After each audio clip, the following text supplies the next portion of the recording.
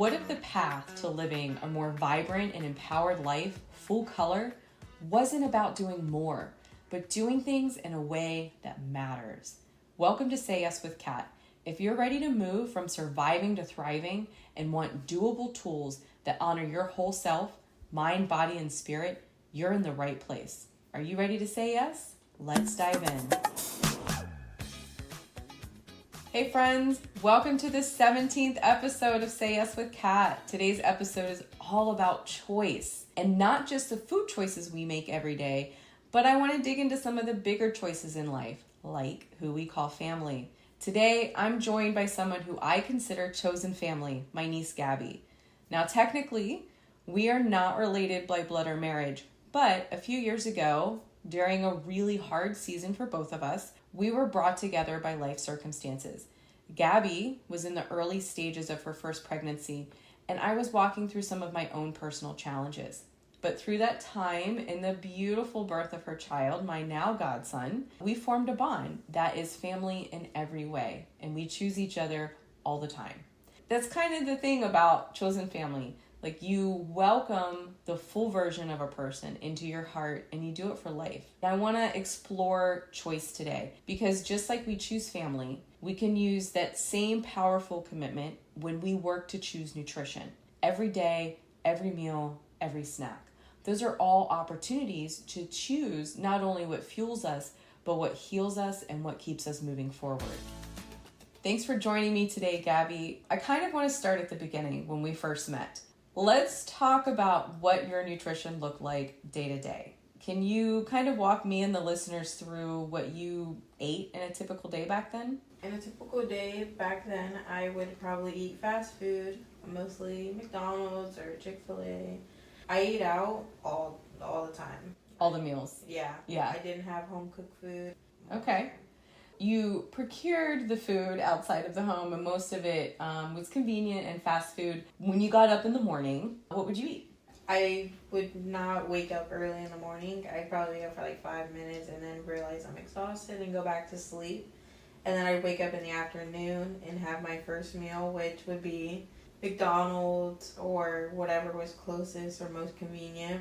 And then I'd probably go back to sleep and then wake up later in the day and then eat whatever was around. So you're basically eating like a fast food meal in the afternoon because you are too tired, so you're kind of sleeping through the day.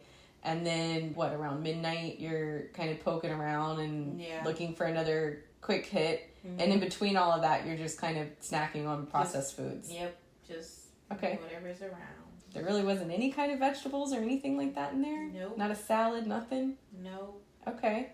Other than food kind of being something that filled your stomach, what was your relationship with food like? What did it mean to you back then? It was for comfort, and also I would just eat out of boredom. It was never, I'm hungry. It was more so, there's food, and I'm bored. And so not really intentional. Yeah. It doesn't really sound like you enjoyed it a whole lot either. No, not so much. Once you realize you're just eating just to eat, it's not fun anymore. Well, I know you today, and that's definitely not how you eat at all. Can you share with the listeners and kind of remind me, what moment did you realize that you should probably change something about your nutrition? When I had to have my gallbladder removed, it was a big turning point for me. Very painful. After, you go to the hospital 2 or 3 times because of the pain, you don't want to eat that stuff anymore. That's making your body hurt. Let's talk about that pain for a few minutes. Where did you experience the pain? It was like back pain. And then it got really bad.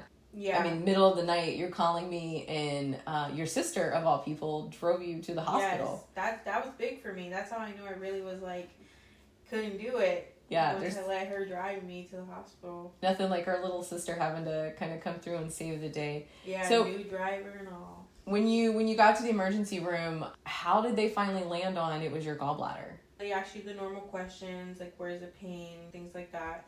Then they took an ultrasound. That's when they figured out that I had bile and gallstones in my gallbladder. That does not sound good. No. What did they tell you to do to avoid coming back to the emergency room and not having pain? Basically, they said that don't eat any fatty things And honestly, they said if it tastes good, don't eat it. We'll find out later why I hate that sentence so much. They more or less told you don't eat anything that you had been eating. Yes. Okay. How did you feel about that? It was hard going from eating, like I said, I ate out a lot. Even when I cooked at home, it was super fatty food, so it was hard completely like trying to not eat any of that. You just kind of cold turkey it because of the pain you're going through. Yeah. I remember a conversation we had where you were sort of learning how fatty your food was, and you called me, and you were actually on your way back to the emergency room, and you were in a lot of pain. You're like, I didn't even eat anything I wasn't supposed to. And I said, well, what did you eat? Do you remember what you said? I ate a quesadilla. What kind of quesadilla? A cheese. A cheese quesadilla. And she argues with me, and you're like, it's low fat. The cheese was low. There was no fat cheese, so you can't put that on the cover, and then it just was not great. I mean, it was definitely a process trying to learn what they meant when they said don't eat fatty food, because it's not like you roll up to order your Big Mac and they tell you the fat content and they tell you how unhealthy it is, and they just show you commercials that make it look I don't even eat the stuff and the commercials look good. How long did you try to do this forced diet change before you were back in the emergency room? Maybe a day and a half. Because my liver wasn't doing great. I started having like yellow on the whites of my eyes. Oh, wow. And so I had to go back. I was so scared to eat, and then to realize that you have like yellow on the whites of your eyes, it's like really scary. So then I went back.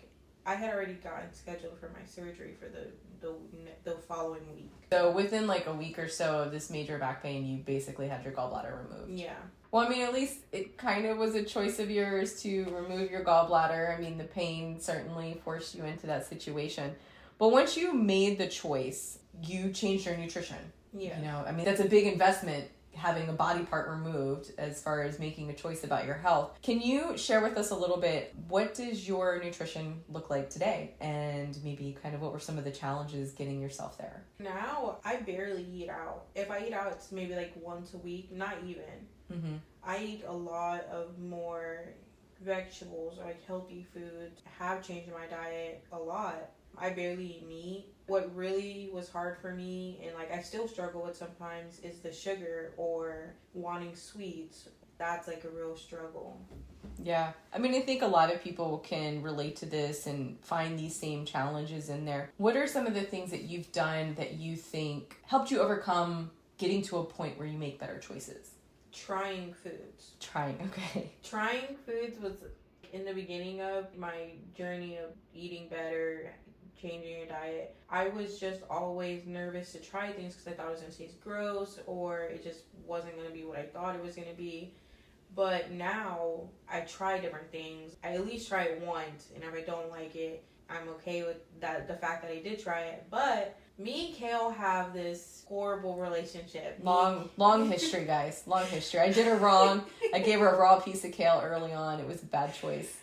And the first time I had it, oh my gosh, I could not, I did not like it at all. And then it was always like a joke and stuff. And then recently I tried it again, and it was really good. And then I actually had it last night in a salad, super delicious. So I guess even if you try it one time, you should still try it a second time, because you never know. Yeah, throughout the journey, like as we introduced more healthy foods into your diet, you know, your palate kind of changed, and you have more tolerance for something as green and healthy as kale. And I kept encouraging you to try it different ways, right? Like we've cooked it, we've put it in soup, we've tried it in tacos. That was not successful. But the salad last night, it was, you know, olive oil, a little bit of vinegar with kind of a passion fruit. And then I added the greens that you do like. I put spinach and field greens in there, kind of hid the kale a little bit, and you loved it. So I was really excited. And what else did you have last night that you don't typically like? Fish. Yeah. Fish. Yeah. So we've tried salmon, tuna, cod, which you were kind of okay with. Swordfish was a hard no. But last night we had rockfish, and it was really good, and you really enjoyed it. So it was pretty cool. I think this story of yours, it's such a powerful reminder that sometimes our body forces us to really pause and pay attention to what we're putting into our body and decide if we need to start making different choices about that. And what I love about your story is that every shift you made kept coming back to choice. There wasn't somebody that was forcing you to try these different foods. You weren't doing it out of guilt, and you weren't trying fad diets. You've really been seeking true nutrition lifestyle changes, and you've really owned kind of what you wanted for your body. The cool thing is all of this choice is really supercharged. It's a supercharged way to get healthy again, because science says there's something called self-determination theory in psychology. And it basically boils down to, we're more likely to stick with new habit when three things are present, and they all relate back to choice. The first one is autonomy, really feeling like the choice is truly ours. So Gabby, as you've been on this nutrition journey, do you feel like each of these food choices are your choices? Yeah. I mean, obviously in the beginning when I had my gallbladder removed, that was not my choice, but that was because of the choices I made building up to that. Yeah, I mean, you're choosing how much you eat, when you eat, how often you eat. The other thing that's part of this self-determination theory is competence. And it's this idea that we kind of believe that we can succeed, and we feel competent in trying to do that. So what have you done to reinforce that, to help yourself believe that you can do this? Telling myself that I can do it. I had a part in my life where I was like, negative, telling myself, this is gross, like this isn't going to work. Now it's talking to myself, well, in a healthy way, but telling myself that this is a good way to live life. Like, this is going to help you. For me, it would be just believing in myself. Yeah. And I would add to that, I've seen you pick up new cookbooks, go to the library, explore different cuisines, trying a lot of the things that I could, coming into my kitchen and kind of watching and learning some new skills. I think all of that have helped you feel more competent. And then speaking of coming into my kitchen, the last magic little part of this theory is relatedness. Having people in your life that are supportive along the way. So other than coming into my kitchen, what other things in your personal network have you found supportive in this journey? My family, knowing that it is a struggle to change your diet, and having that extra support and being told, like, you can do it. Like, it's hard, and relating to the fact that it's not just you. You're not the only person, like, changing your diet. Yeah. Other people are too. So I would say, like, just family and, just information would be my biggest things. Good. Three things to supercharge making these nutrition changes is having autonomy, feeling like the choice is yours, believing that you can do it, and having a supportive relationship along the way. And I would add language, right? When we decide I choose this instead of saying I can't have that, it's going to shift the whole experience. And suddenly these nutrition choices are not punishment, but they're empowerment. And I think, the same thing is true with Chosen Family, right? I don't keep you in my life, and you don't keep me in yours out of obligation. We choose each other. And because we're choosing, I think it's one of the things that make our relationship so much stronger and help us remember that nutrition works the same way. Choice is what makes these changes sustainable. So speaking of choice, Gabby, what is motivating your nutrition choices today? What is your why right now? Being a mom, wanting to have energy to keep up with my 2-year-old, it's hard. And just having overall wanting to be healthier. Working in the medical field, you see people every day who aren't taking care of their health and aren't doing anything like that. It makes you want to. I think that's a really strong why and really common, wanting more energy, wanting to take care of family members, seeing people making different choices, not having good outcomes. And it sounds like you're really busy, so you must have more energy with these nutrition changes. Do you think that's true? Yeah, I do have way more energy now. Awesome. Well, your journey and your choices have really inspired me. It's the beauty of Chosen Family. We get to learn and grow and lift each other up.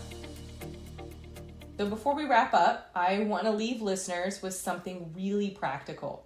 Our bodies are always sending us messages like Gabby was receiving. When we're low in certain vitamins and minerals, these signs are showing up in our bodies in ways that we can see and feel. Before I walk you through a couple of common examples, I just want to let you know that we're doing a companion workbook with this podcast. It's going to be packed with the information and more, but let's dive into these examples. Number 1, if you're low in vitamin A, you could notice a harder time seeing at night, which is known as night blindness. Your nails or your hair may be more brittle, and you have colds more frequently. Low vitamin D is going to show up as weak bones, dental issues, and also getting sick. A lack of B vitamins, like B6 or B12, this can make you feel irritable, weak, fatigued, and even foggy. Folate deficiency, that can cause anemia, headaches, and even heart palpitations. Something simple like low vitamin C can show up in slow wound healing, your gums might be sore, and your immunity can be lowered. And without enough calcium or magnesium, you're going to notice brittle nails, cramps, muscle twitches, and even brain fog. Iodine deficiency can lead to thyroid issues, fatigue, and weight gain. And iron is huge for stamina. Iron is packed into spinach, and I always think about Popeye. He's like, he's super strong and heavy, and he has so much stamina. So iron's always an easy one for me to remember. And if you're low in it, you have that fatigue, you have dizziness, and even hair loss can creep in. Lastly, with zinc, you could have premature aging signs, poor digestion, and lowered immunity. So I want to stress, this information is not meant to scare anybody. It's meant to empower you to notice the signals that your body is giving. Every small choice that you make, an apple, a handful of nuts, having some leafy greens with dinner, these are all ways of saying yes to your health. And for those of you that want to dive deeper into this episode, I am going to put the companion workbook together. It's going to be a full guide to these vitamins and minerals, and I'll even include some of my favorite recipes and cookbook recommendations. Gabby, thank you so much for sharing your story today. I know it will inspire so many people to embrace their own power of choice. Is there anything you'd like to leave our listeners with? Yeah, being healthy doesn't mean you have to eat things that don't taste good or food isn't fun anymore. You can have all that and still be healthy. I love that. I love it. It's enjoyment, right? So you can still eat food that tastes good. Yeah. Unlike what they told you in the emergency room. So for all of our listeners, just remember, every step, no matter its size, is forward momentum. If today's conversation resonated, please download the workbook and subscribe to Say Yes with Kat. Consider sharing the wealth of health with a friend who might need a reminder that family and nutrition are both choices that empower us. And remember, this is your journey. It's all about taking these small, meaningful steps towards a healthier, happier you, full color. Until next time, say yes to your well-being and take care.